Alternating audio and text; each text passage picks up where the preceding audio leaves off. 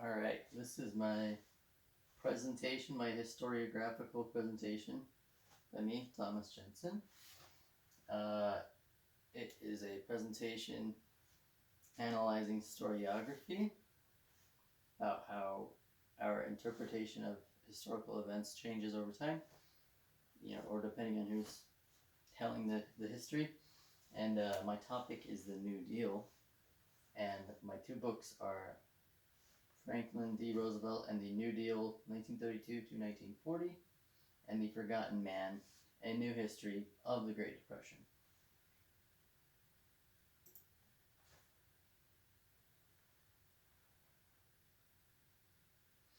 Alright, so here I got a couple pictures. That's Hoover, Herbert Hoover, and this is FDR. Two pictures of them with dogs. They're both dog men. Cool, I like dogs. So this is a summary of the events. This is a very, what do you call it? Not detailed summary. So the Hoover administration, 1929 to 1933. There's just some bullet points: recession and do-nothing policy.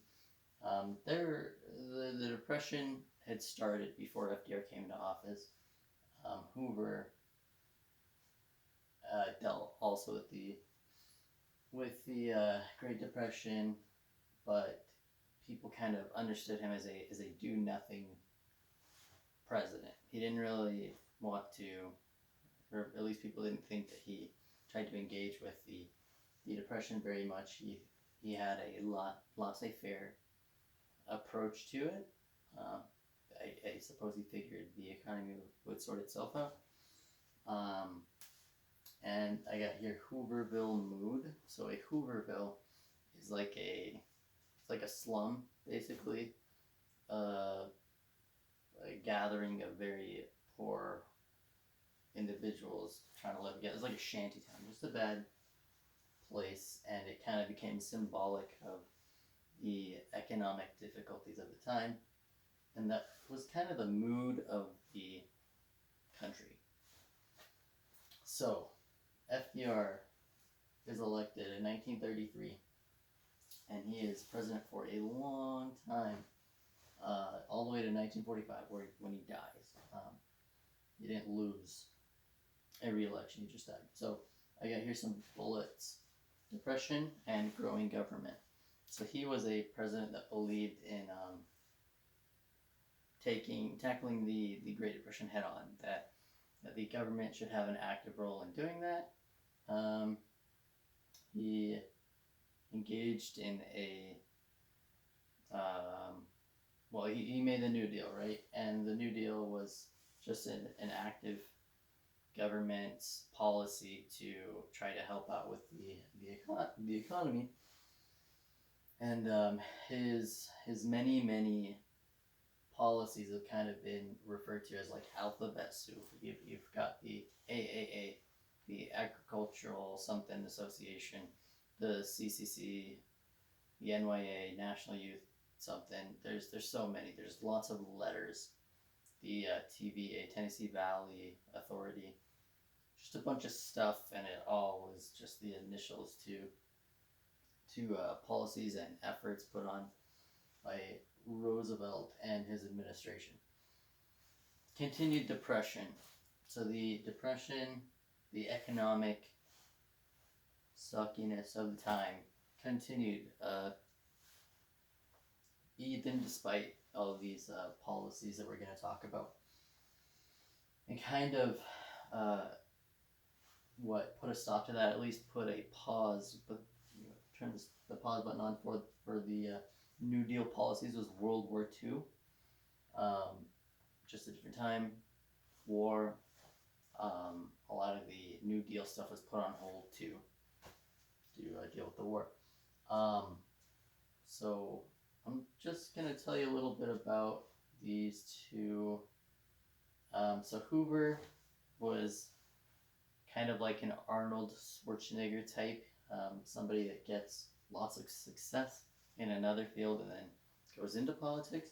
So his field was engineering. He was an a mining engineer and was fabulously successful,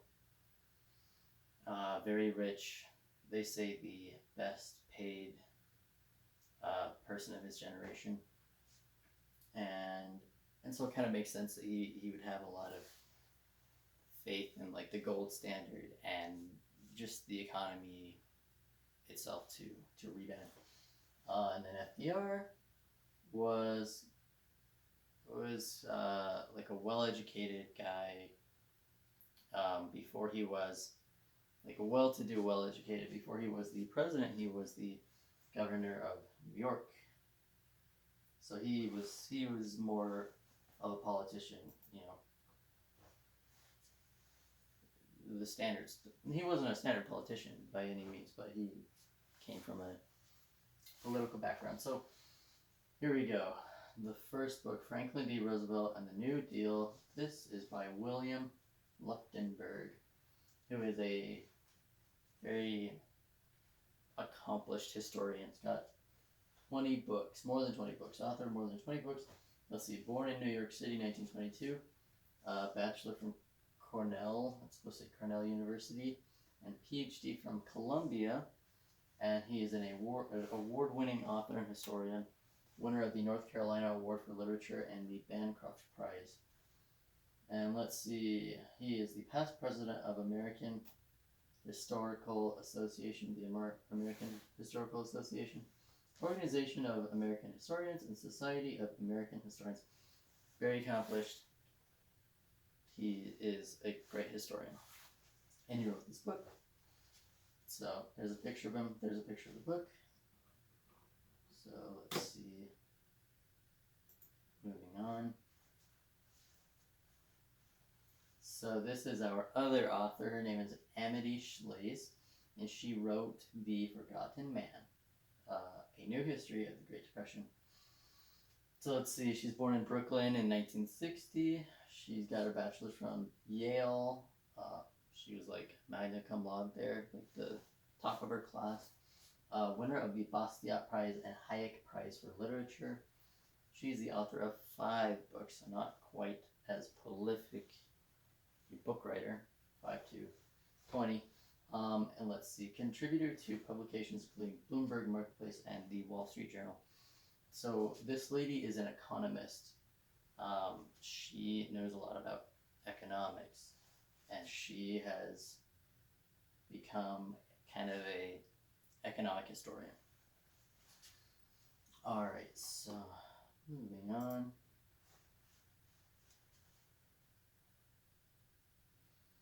So comparing and contrasting these two works. So got the Leuchtenberg book over here, the Shlaes book over here. So let's start with the commonalities. There's not that many. Both cover the actions of the Hoover administration. Both cover failings of the New Deal policy, and both are critical of Hoover. Okay, so let's start with the differences. So the Franklin D. Roosevelt and the New Deal, it focuses on the social progress of the New Deal. That's its main focus. It takes a non-biased approach. It does not take a stance. It just kind of gives you the facts. This is what happened. It doesn't say it's good or bad. It just tells you what happened. Let's see. It provides a more comprehensive history of the FDR presidency. So yeah, it goes beginning to end. Takes kind of a detour from the Great Depression to rather the New Deal, the original one, to talk about war. That was one of the criticisms of this book. Is that, I mean, it's called Roosevelt and the New Deal, but it goes into pretty great detail about the war. Anyhow, going over to the Forgotten Man. So it focuses on the economic impact of the New Deal. And it takes a biased approach. It's critical of the New Deal. And it provides a snapshot history of the FDR presidency to bolster the argument made in the book, which is basically that the New Deal policies didn't take America out of the Great Depression, and on the contrary, very likely made it a deeper depression, and last longer. And let's see, moving on from this. Impressive. Good. Okay. So analysis of the differences. There's just a picture, illustration, one of my favorites, just a kitty cat looking confused, trying to analyze these differences. So let's see, era of literature, that's what this says. I'm not sure if you can see it, kind of small. So let's see, the New Deal is made up of many socio-economic policies. Both social science and economics are developing fields of study. So Leuchtenberg wrote his book in the 60s. Many lessons have been learned since then, including the conflagration of the 70s and the implementation of Reaganomics. So the conflagration of the 70s, well, I'll just start by saying that like economics is still a relatively new field, even more new back when Leuchtenberg wrote his book, and we've learned a lot about economics, and that has kind of helped us see that the New Deal, you know, although it did many great things, like obviously helped with a lot of social progress, there's definitely a cost to all of that. And yeah, so even though Leuchtenberg isn't like an economic historian, economists nowadays are definitely better equipped to like give a good educated critique of the New Deal, more than economists of that day. So, I mean, that kind of explains the differences in based on time. Let's see, the intent of the author. So, Leuchtenberg is a historian and Schlase is an economist. These are different jobs. The historian is called on to lay out the facts and not necessarily to interpret them, while the economist, in this case Schlase, is trying to interpret the facts for us and help us understand what lessons we ought to learn from those facts. And so Leuchtenberg is not critical, right? And just lays out the facts. That's kind of what historians do. Whereas Schlase is an economist, right? So she's looking at it critically, trying to learn from, the mistakes, the trial and error of the past. And so that kind of explains the critical nature of the more recent Schlase book. Now let's see, I just put comprehensive versus snapshot here, so I'll just read what it says. While Leuchtenberg provides a comprehensive overview of the FDR administration, Schlase focuses on specific moments. This goes back to intent. One is just laying out facts, and the other is picking out the ones that we should pay most attention to. So yeah, the Schlase book has kind of received some, like, what do you call it, criticism. It's sort of controversial.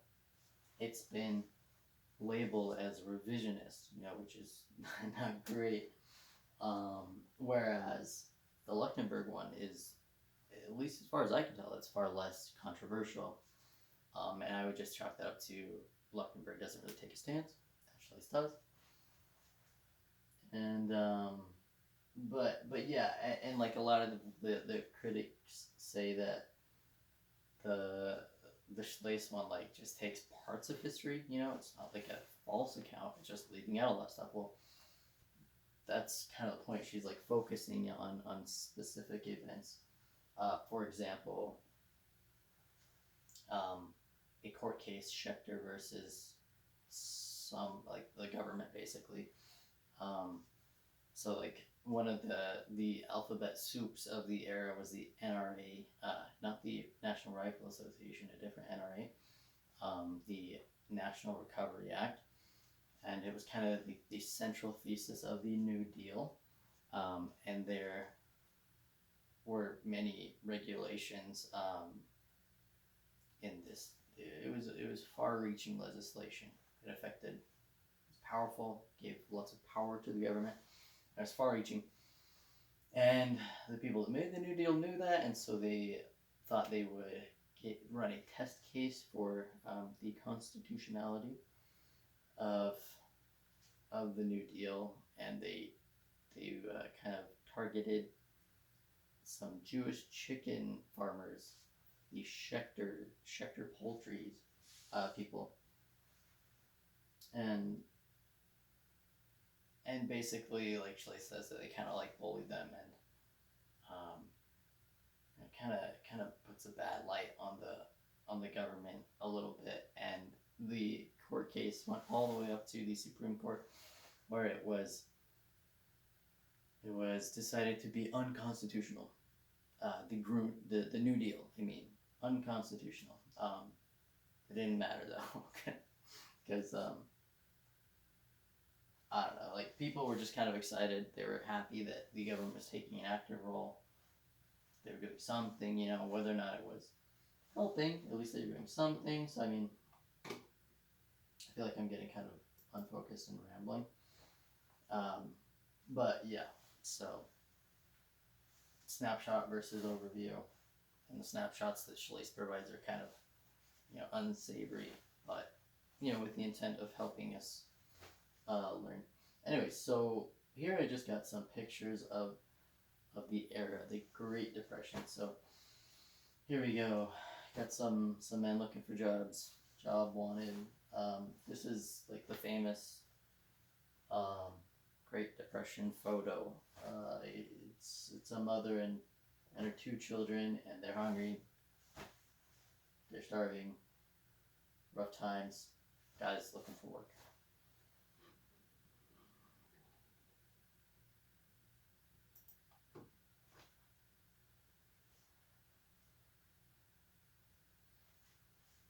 And this is the alphabet soup I was talking about. So here's the NRA. What is this one? The CCC. This one's pretty cool, actually. The AAA and the CWA. There's many more. There's just a few examples, and they all have a slogan. So the NRA, the National Recovery Act, which was basically like a what do you call it? It created a bunch of jobs for a while. They were temporary jobs. They were expensive because the government, paid the people, and it was like thousands of jobs, right? So paying thousands of people to do work that there wasn't necessarily a market for, which meant it was very expensive for the government. It ballooned the government spending, which was actually a big deal back then. Apparently now it's okay, referring to all the stimulus checks and stuff. But yeah, the NRA, we do our part. So just the people taking the initiative and taking these jobs and doing a bunch of stuff, and here's good things that they did, like renovating churches and schools and buildings, worthwhile stuff. But again, it's kind of a bubble of labor and demand that the government created. Anyways, moving on. So the CCC, this is kind of better known, I feel like, here in Utah, where there's a lot of national parks. Just an organization that took young men and gave them something to do, something productive. They went out and did a bunch of national park stuff. There's a bunch of trails still out there, put in by the young men that worked with the CCC. Let's see, agricultural something, AAA, I don't know, achieving balanced agriculture is what it says. This is kind of an aside, but the Great Depression, what I want to say is that before the rest of America was in the Great Depression, there was already a depression before that for farmers. Farmers could not sell their farm stuff, like the vegetables and stuff, what do you call it, their crops, at a very high rate. The market had, well, let's see, they were coming off of a really prosperous period where Britain didn't have its own bread bowl, and it had gone through, so it didn't have a lot of food, and it had just gone through the First World War, and so it was kind of in a bad shape. Anyways, our farmers were very good at producing lots of crops, and so they were able to sell their crops to Britain at a high price. Anyways, now after the war, after Britain stopped buying all the food, they were not able to sell at such a high price anymore. It felt like a depression for them, and perhaps it was a depression, but yeah, the prices were really low. You could argue that the prices were too high when they were selling to the English people. But yeah, there was support for farmers in the New Deal. And what's this? The CWA. I don't know what that stands for. Protect your hands. You work with them. Something. I don't know. Jobs. All right. So, and there's many more alphabet soup policies. There are lots of them.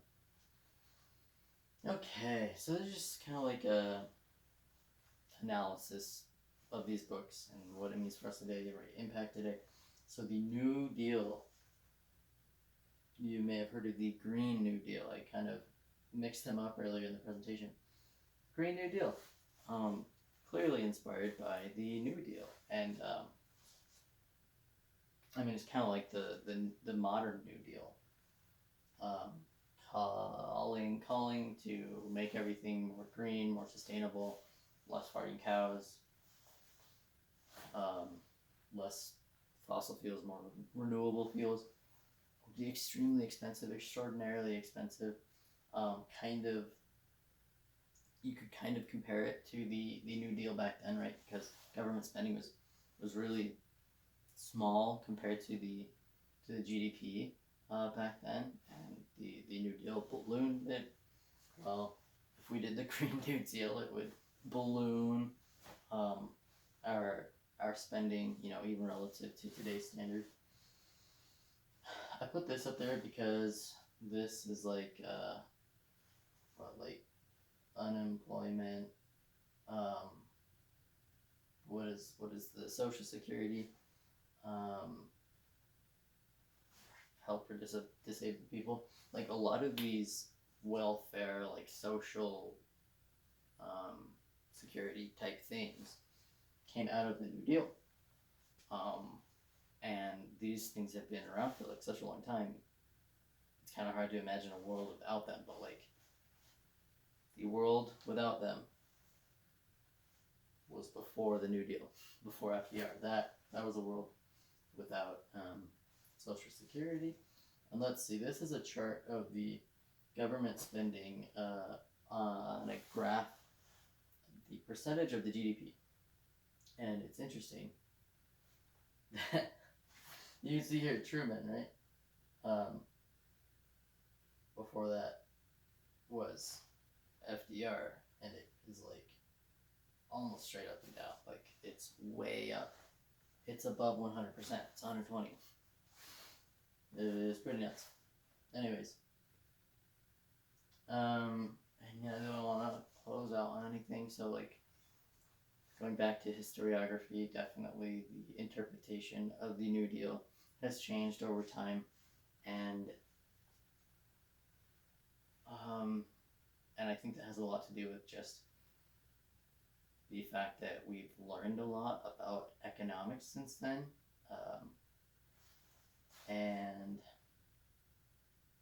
I mean, all this stuff that's still around today came from the New Deal. So obviously, there are some people out there that think it was worth the price that we pay for like Social Security, for just unemployment and stuff.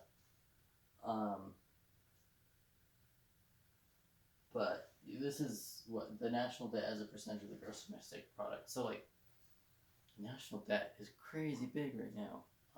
Insane.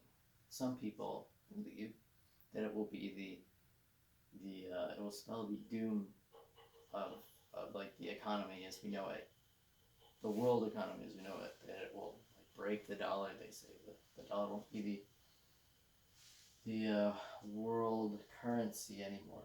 And what it causes that is all the government spending. I think that America is living beyond its means now.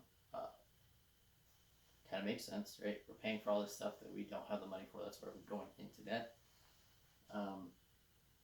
And most of this originated from the New Deal. Yeah, so it's kind of applying it today. Anyways, it's my presentation. Thank you.